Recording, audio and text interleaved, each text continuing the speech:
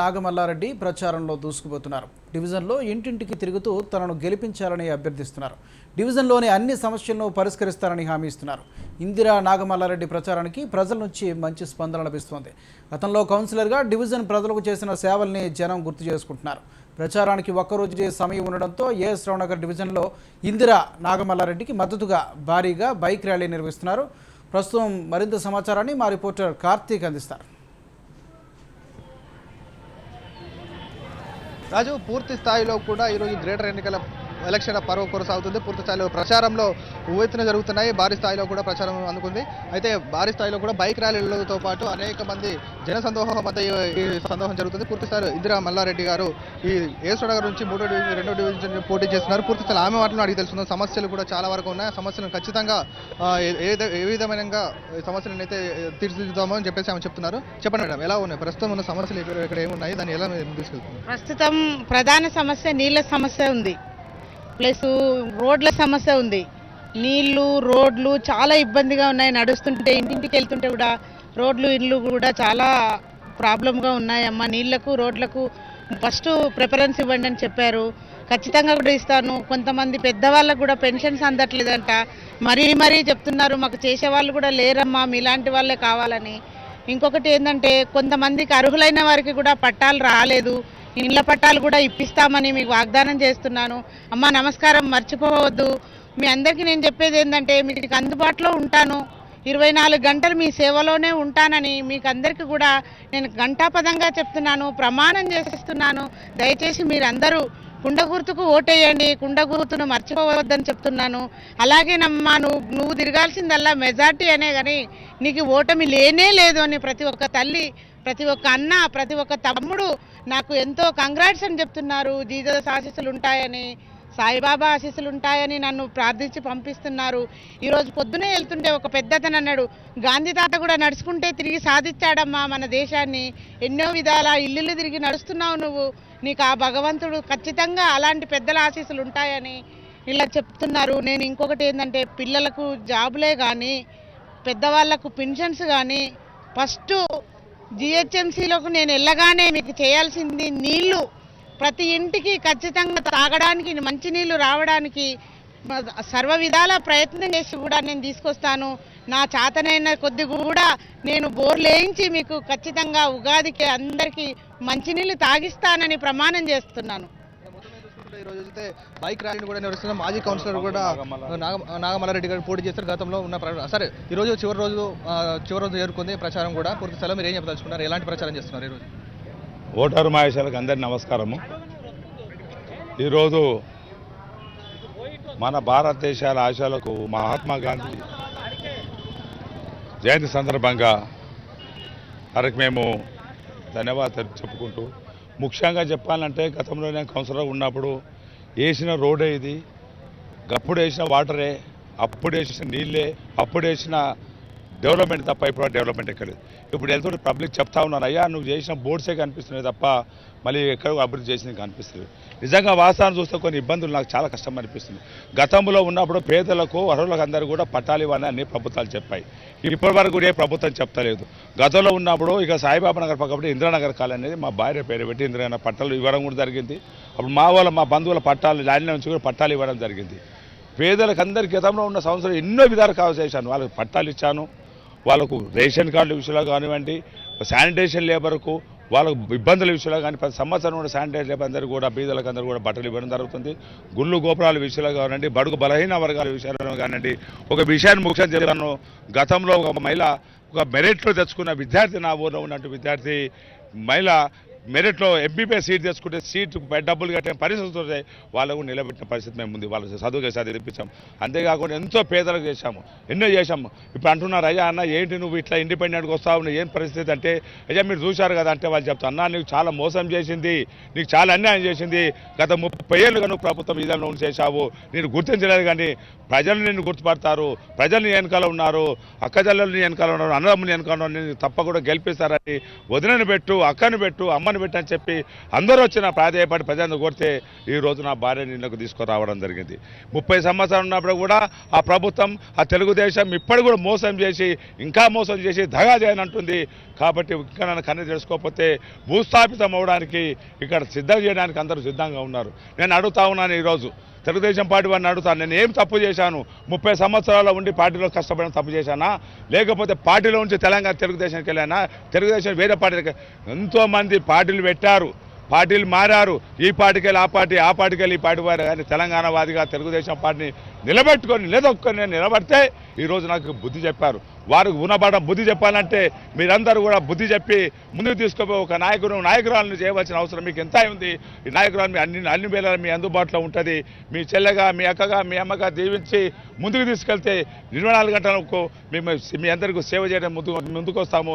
ఈరోజు ఒకటి చెప్తాను గౌరవంగా, మాకేం ఆశలు లేవు. ఈరోజు నాకున్న నా కొడుకులు పెద్దలయ్యారు, ఇంజనీర్స్ అయిపోయారు, ఇవన్నీ చేశారు. నా కోడలు డాక్టర్ ఉంది, ఒక ఆమె ఇంజనీర్ ఉంది. కాబట్టి మాకేం ఆశలు.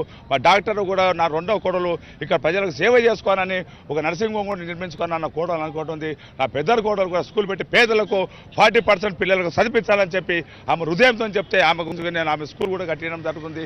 ఇంతేకాకుండా నేను ఒకటి చెప్తాను, ప్రభుత్వం మీడియా తర్వాత నాకు ఇక్కడ ఉన్న పట్టాల నుంచి ఇక్కడ ఉన్న బడుగు బలహీన వర్గాలందరికీ కూడా 1 ఎకరం జాగా ఈ ప్రభుత్వానికి పట్టగా ఇచ్చేసి అక్కడ 2 బెడ్రూమ్ల ఇల్లు కట్టించి ఈ పేదలందరూ కూడా నేను సాయం చేస్తానని గంటాపదంగా ఈరోజు గాంధీ జయంతి సందర్భంగా ఈరోజు చెప్తా ఉన్నాను. నా పట్టాలన్నీ ఇస్తాను. ఏ ప్రభుత్వం భూములు కావు నా పట్టాలు ఉండి సుమారుగా 4-5 కోట్ల విలువ చేసే భూమిని నేను ప్రజలకు ఇస్తున్నా అంటే నేను ఎందుకు వచ్చానో మీరు అందరూ గ్రహించాలి. తమ్ముడు కానీ అక్కలు కానీ అన్నారు కానీ ఎంతో చెప్తారు, గొప్పలు చెప్తాను. అది చేస్తాను. నేను చేసిన వాడిని చూసిన వాడిని చేస్తాను, ముందుకు వస్తాను. ఇక్కడ మీరు చూస్తారు రేపు వచ్చేటువంటి ఉగాది పండుగ కల్లా ఇక్కడ నేను ఇదే ముఖ్యమంత్రి గారికి పట్టా ఇచ్చి ల్యాండ్ ఇచ్చి ఇదే ముఖ్యమంత్రి పెద్దలతో తీసుకొచ్చి 2 బెడ్రూమ్ హౌస్ శంకుస్థాపన చేస్తాను. మీ అందరూ కన్ను తెరిపి మిగతా పార్టీలందరూ కన్ను తెరిచే విధంగా ఒక ఇండిపెండెంట్ అభ్యర్థి ఇంత ముందుకు వచ్చారని చెప్పి ప్రజలందుకు ఆశించాలని చెప్పి ఈ సందర్భంగా తెలుసు మీరు సెలవుస్తున్నాను. ఇంతేకాకుండా ఈరోజు మా భార్యను బయటకు తీసుకున్న కారణం ఒకటి, మాకు మోసం చేసారు. టికెట్ ఇస్తాను ఏమన్నారు, వేయలేదు. మోసం చేసి లాస్ట్ వరగా చేసేసి మళ్ళీ అదే తీసుకొచ్చి అదే ఫీలింగ్ తీసుకొచ్చారు. ఆ ఫీలింగ్ మర్చిపోయి ఇతర ప్రాంతాలు అంటూ ఉంటారు, ఇక్కడ సెటిలర్స్ అంటారు. సెటిలర్స్ కాదు, ఒకటే పదం మహాత్మా గాంధీ చెప్పాడు, India is my country, all Indian sisters are brothers, మా బ్రదర్స్ అని చెప్పి వీళ్ళందరూ కూడా అక్క చెల్లెలను అన్నదమ్ములుగా మన భారతదేశంలో ఉంటున్నామని చెప్పారు. కానీ సెటిలర్స్ కాదు.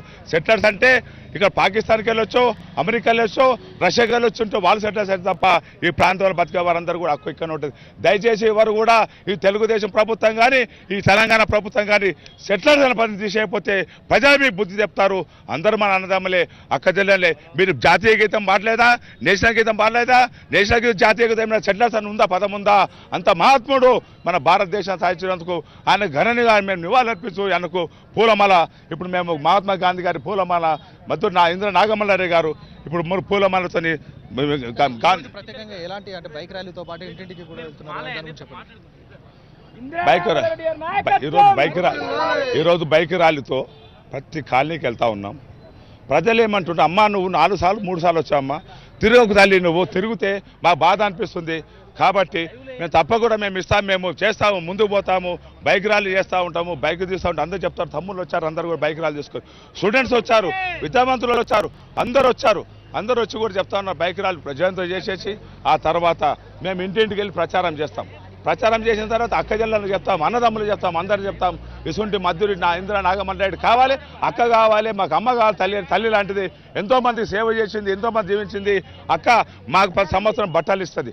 అక్క మా 10 సంవత్సరం కూడా మాకు మా మహిళలందరూ కూడా చీరలు పంపిణీ చేస్తుంది. శానిటేషన్ లేబర్స్ అయితే నేను చెప్తా ఉన్నాను, వాళ్ళకు చేతులెత్తి మొక్కుతున్న శానిటేషన్ లేబర్ను. అయ్యా ఈరోజు శానిటేషన్ లేబర్ అంటే వాళ్ళు చిన్న చూపు చూస్తారు, చాలా తప్పది. ప్రతి రోజున లేచి మురికి నూకుతూ ఉంటారు, మన రోడ్డు సోపే చేస్తూ ఉంటారు.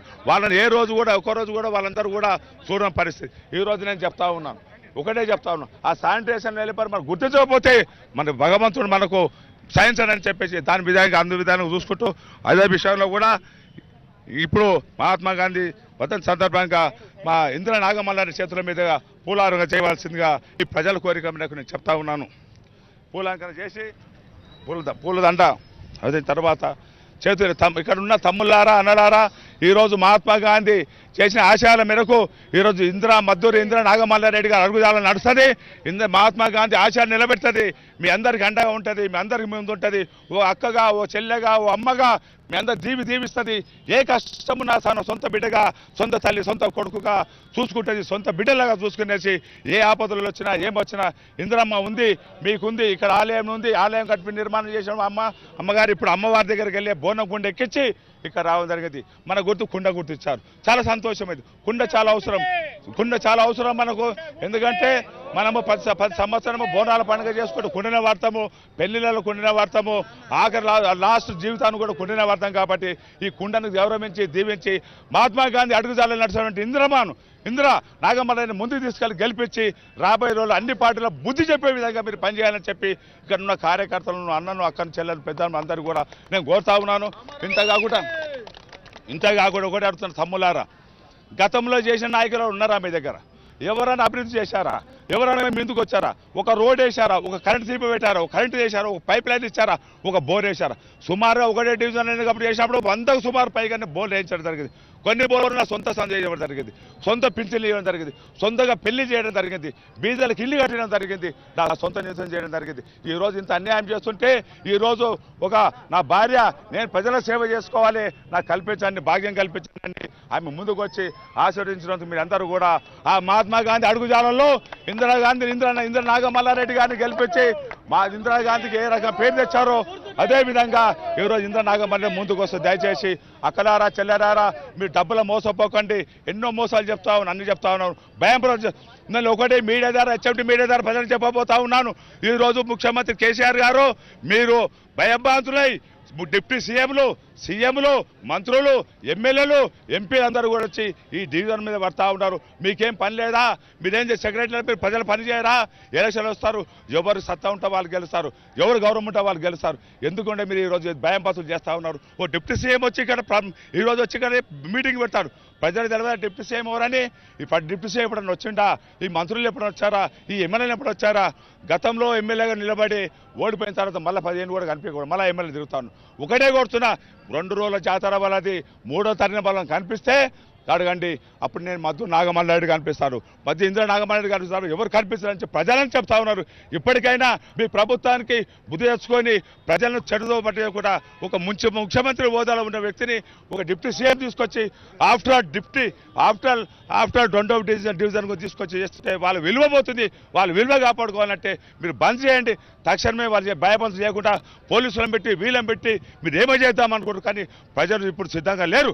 ప్రజలంతా బుద్ధిమంతులు అయ్యారు, ప్రజలంతా తెలివి తెచ్చుకున్నారు.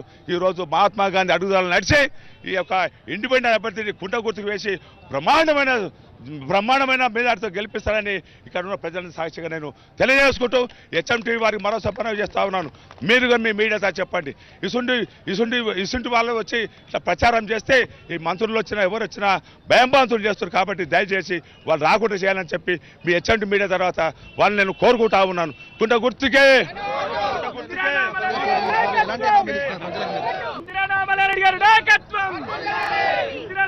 నేను స్వతంత్ర అభ్యర్థిగా కుండగుర్తుతో మీ ముందుకు వస్తున్నాను. ఈరోజు కాపురావు డివిజన్ 1 నుంచి స్వతంత్ర అభ్యర్థిగా ఏ రాజకీయ పార్టీలకు అతీతంగా నేను ఈరోజు ప్రజా సేవ చేయడానికి ప్రజల ముందుకు వస్తున్నాను. కావున ప్రతి కాలనీకి నేను చేసిన పాదయాత్ర కానీ, ఇంటింటి డోరు క్యాన్వాసింగే కానీ ప్రజలు అపూర్వ ఆదరణ చూపిస్తున్నారు. చాలామంది కాలనీలలో స్వతంత్ర అభ్యర్థికే మేము ఫస్ట్ ప్రిఫరెన్స్ ఇస్తామని చాలా కాలనీలలో మహిళలు కానీ మగవారు కానీ అందరూ కూడా ప్రతి ఒక్కరు కూడా డివిజన్ నుంచి ఈసారి స్వతంత్ర అభ్యర్థిగా ఎన్నుకోవాలని చూస్తున్నారు. అలాగే 2వ డివిజన్ నుంచి కూడా కొండగుర్తుతో మీ ముందుకు వచ్చారు నాగమల్లారెడ్డి ఇందిరా గారు. వారు కూడా ఈ విజయాన్ని ఆకాంక్షిస్తూ వారికి కూడా ఇదే జనాల ఆదరణ పట్టం కడుతున్నారు. గతంలో ఆయన చేసిన మన కౌన్సిలర్గా చేసిన ఆయన పనులు కూడా ఈరోజు నాకు కూడా